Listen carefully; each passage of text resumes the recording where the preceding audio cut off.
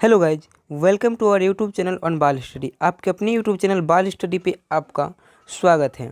आज के इस वीडियो में मैं आपको क्लास 10 हिस्ट्री चैप्टर 2 का अति लघु उत्तरीय प्रश्न बतलाने वाला हूँ। इस चैप्टर का नाम हुआ, क्या नाम हुआ भैया? तो समाजवाद एवं साम्यवाद। क्या बताऊँगा? History chapter 2 class 10। आप अभी जो चैनल पे पढ़ रहे हैं उस चैनल का नाम है बाल स्टडी। दिल और अपने जहन में उतार लीजिए चैनल का नाम, क्योंकि आपको जीवन में बहुत काम होगा इस चैनल से। तो इस चैनल पे आपको प्रत्येक सब्जेक्ट का प्रत्येक क्वेश्चन आंसर बतलाया जा रहा है, इसीलिए इस चैनल को फॉलो कीजिए और आज का वीडियो शुरू से अंत तक देखिए।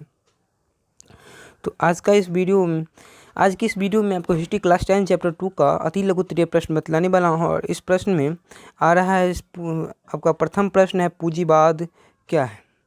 क्या भैया? पूंजीवाद क्या है? खूनी रविवार क्या है? अक्टूबर की क्रांति, सरबराह वर्ग, ठीक है ना, और क्रांति से पूर्व रूसी किसानों की स्थिति कैसी थी? ये सभी क्वेश्चन मैं आपको इस वीडियो में बतला दूंगा, इसीलिए आप इस वीडियो को शुरू से अंत तक देखिए। तो चलिए शुरू करते हैं।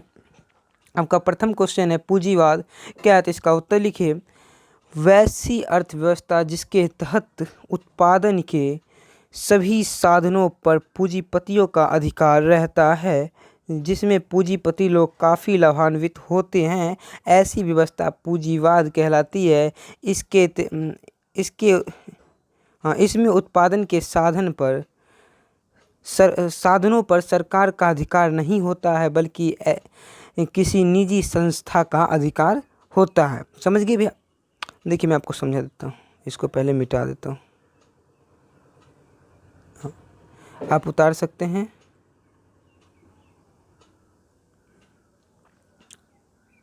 हाँ भैया, देखिए, वैसी व्यवस्था जिसमें उत्पादन के सभी साधनों पर किसका अधिकार रहता है? मालिक का, ठीक है ना।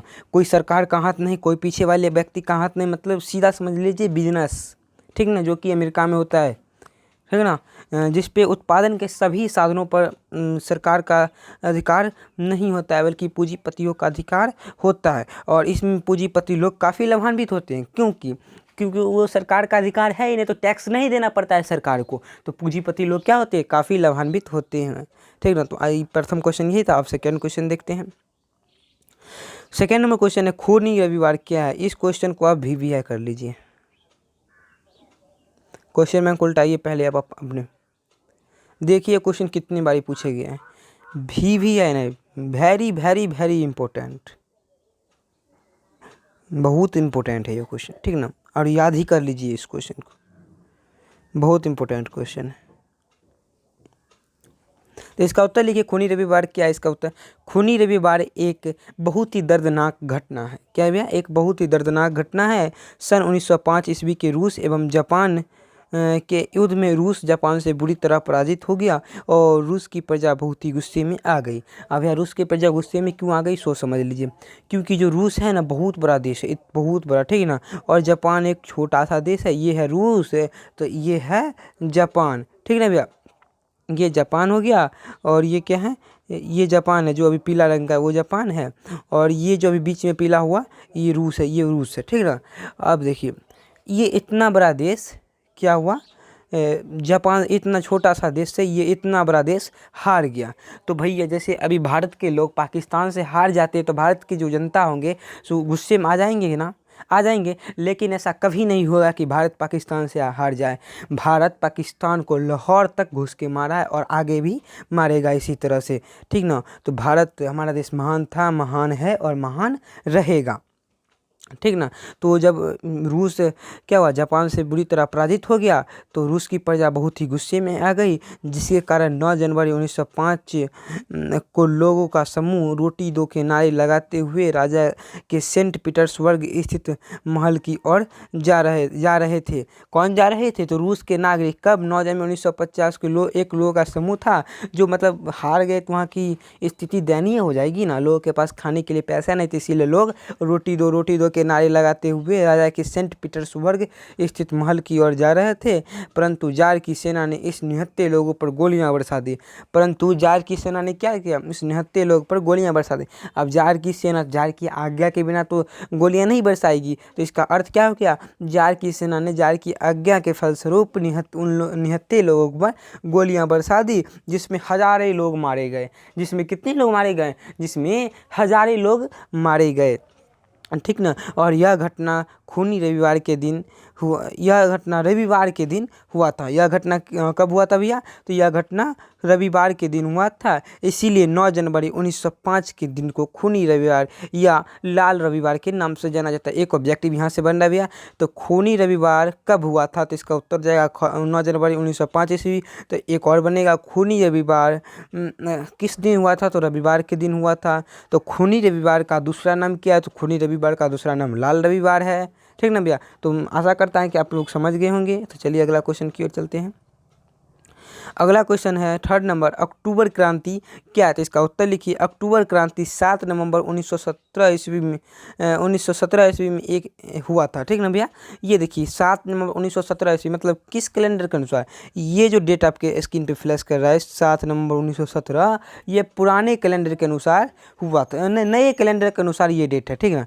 ये वाला जो डेट है आपके स्क्रीन पर 7 नवंबर 1917, ठीक, ये पुराने नए कैलेंडर के अनुसार है। ये किस कैलेंडर के अनुसार है? ये नए कैलेंडर के अनुसार है, ठीक ना।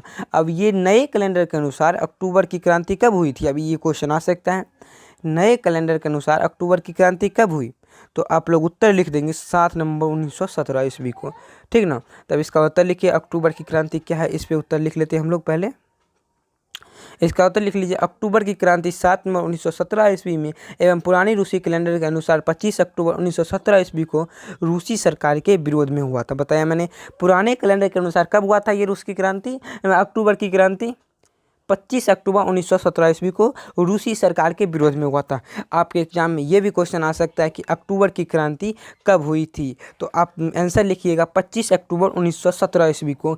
ये भी क्वेश्चन आ सकता है अक्टूबर की क्रांति किसके विरुद्ध हुई थी? तो ये इसका उत्तर हो जाएगा रूसी सरकार के विरुद्ध हुई थी। अब उसके बाद इसके आगे लिखिए, एवं यह घटना रूस में ही हुआ था। रूसी सरकार की हुआ तो यह घटना किस में हुआ था?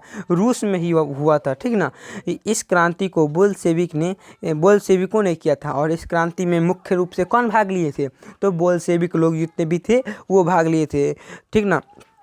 उस दिन बोल्शेविकों ने पेट्रोग्राम के रेलवे स्टेशन, पेट्रोग्राम नामक कोई रेलवे स्टेशन होगा, वही पेट्रोग्राम के रेलवे स्टेशन, बैंक, डाकघर, टेलीफोन केंद्र, कचहरी तथा अन्य सरकारी भवनों पर अपना अधिकार कर लिया। अब इसके बाद क्या किया? मान लीजिए ये सरकारी भवन, ये भी सरकारी भवन, ये भी सरकारी, जितना है सरकारी, तो इन सभी पर क्या क्या इन बोल्शेविकों ने अपना हक जमा लिया, वहाँ पे कब्जा कर लिया। कौन? ये जो पीला वाला है ये बोल्शेविक है, और ये जो हरा वाला है बीच में, ये जो अब पीला हो गया, हरा कर देते हैं इसको। और ये जो अभी दूसरा कलर का आ रहा है ये बैंगनी कलर का है, ये है मतलब ये कौन है? ये रूस का सरकारी जितना है सरकारी भवन है, सरकारी का करना कुछ भी है, वहाँ पे अपना अधिकार ये सब ये जो है ना बोल्शेविकों ने जमा लिया, ठीक ना भैया। हम आगे देखते हैं। जब बोल्शेविकों ने अपना अधिकार जमा लिया तब क्या हुआ देखते हैं। तो केंद्र सरकारी भवनों पर अधिकार जमा लिया कौन? बोल्शेविक। अब उसके बाद क्या हुआ सो देखिए, जमा लिया। और रूस का जार केरेंस्की, और जब रूस की में अक्टूबर की क्रांति हुई थी तो वहाँ का जार कौन था? केरेंस्की। भैया जार का मतलब रूस का सम्राट होता है, समझ गए आप। जार का मतलब क्या होता है? रूस का सम्राट। तो जब अक्टूबर की क्रांति हुई थी, जब वहाँ का रूस का सम्राट कौन था, मतलब रूस का जार कौन था? तो केरेंस्की था, ठीक है। और रूस का जार केरेंस्की रूस छोड़कर भाग गया। और जब देखा इतना रूस में इतना दंगा हो रहा है, बोल्शेविक अपना अपना मतलब अधिकार जमा रहे हैं, तो रूस का केरेंस्की रूस को छोड़कर ही भाग गया। और ये जब यह रूस को छोड़कर भाग गया तो यह जो बोल्शेविकों ने क्रांति की, इसी क्रांति को क्या कहते हैं? अक्टूबर की क्रांति। और यह घटना किन महीने में हुई थी? अक्टूबर महीने में हुई थी, इसीलिए से अक्टूबर की क्रांति कहते हैं। आशा करता हूँ कि आप लोग समझ गए होंगे। आगे चलते आप स्क्रीन पर से देख के उतार लीजिए, मैं आपको समझाने के लिए इधर उधर बोल देता हूँ। अगला क्वेश्चन क्या है भी आजा। अगला क्वेश्चन है सर्वहारा वर्ग से आप क्या समझते हैं? तो इसका उत्तर लिखिए, समाज में रहने वाले वैसे वर्ग जिसमें किसान, मजदूर एवं आम गरीब लोग शामिल होते हैं सर्वहारा वर्ग कहलाते हैं। समझ गए भैया।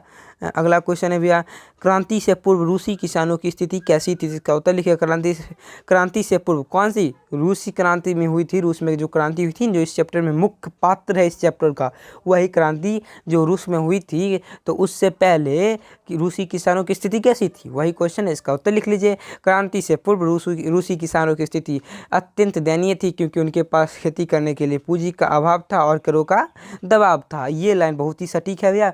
ये ऐसे लिखिएगा तो एग्जामिनर को लगेगा बच्चा दिमाग वाला है और अपना मन से बना के लिखा है कि देखिए कैसा है, उनके पास खेती करने के लिए पूंजी का अभाव था, ठीक ना, और करों का दबाव था। अभाव था, दबाव था, कितना सटीक लग रहा है कि शायरी हम लोग बोल रहे हैं इसी तरह, ठीक ना। करों का दबाव था, जिसके कारण वे पारंपरिक खेती करते थे, जिससे किसानों को मुनाफा नहीं हो पाता था। देखिए भैया, कुछ पारंपरिक खेती होता है ना कि नहीं, मेरे पिताजी आलू लगाए थे तो हम भी आलू ही लगाएंगे, अगला पुश्त आलू ही लगाया, उसके अगला पुश्त भी आलू ही लगाया।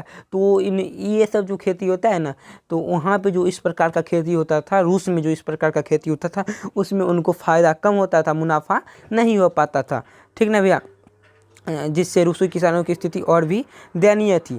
तो यही था क्वेश्चन 5वां नंबर। अब मिलते हैं किसी और वीडियो में, तब तक के लिए गुड बाय, टाटा, ठीक ना। अच्छा लगा हो तो सब्सक्राइब कीजिए फटाफट, कोई अपने दोस्तों के साथ शेयर कर दीजिए, अपने टीचर्स को दिखाइए कि मैंने कोई गलत बात तो नहीं बोल दी, ठीक ना भैया। चलते हैं, लगता है कि वॉइस रिकॉर्ड नहीं हो पाया।